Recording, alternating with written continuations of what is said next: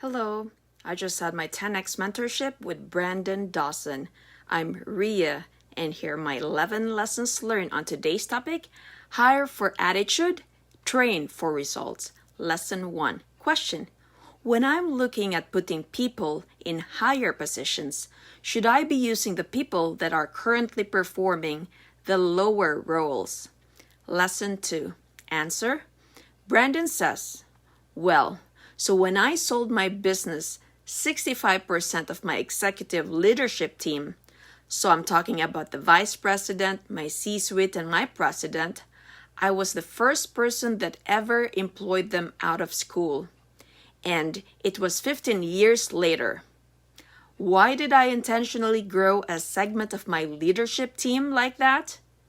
Because I had committed that when I sold the business, I would make sure that they got a big part of the earn-out. Lesson 3. Brandon says that his leadership team has been created in the last 5 years. He says, I structured the deal that way, which showed the buyer I was very sophisticated, methodical in how I'd set the business. Not only certain positions that you're going to have to hire, like I hired my chief financial officer who run public companies and sold multiple businesses, because I needed somebody that knew how to lead that process. Lesson 4. Brandon further added, but for my operating team, they were homegrown. So I think it's important to realize that if people are transient, like you're hiring them and they're leaving, and you're hiring them and they're leaving, it's hard for you to have a really good story about building an exceptional leadership. Lesson 5. If you own a business, you're never going to hire somebody else to solve your problems. Lesson 6. If you're not thinking of exiting and you got a 5-year or 10-year or 15-year horizon, you want to maximize value.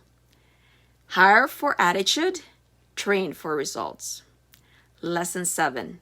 So, if you're going to homegrown your team, hire for attitude, train for results. Lesson 8. Train your team up. They'll stick with you. They will be loyal. Tie them into the success of the business. Long term, you'll have an asset that will be worth a lot because you got your team that's willing to stay in there and run it if you structure the exit. Lesson 9. So, you better have unbelievable incentives in place for a team to stay and run the business for an absentee owner. Lesson 10. Your business better be big enough that it can sustain it and support it, and you have plenty of people winning, and in life, financially, to make sure it works. Lesson 11. Brandon says, I've seen businesses get converted to passive income, but I've never seen it work with small businesses at any level of value.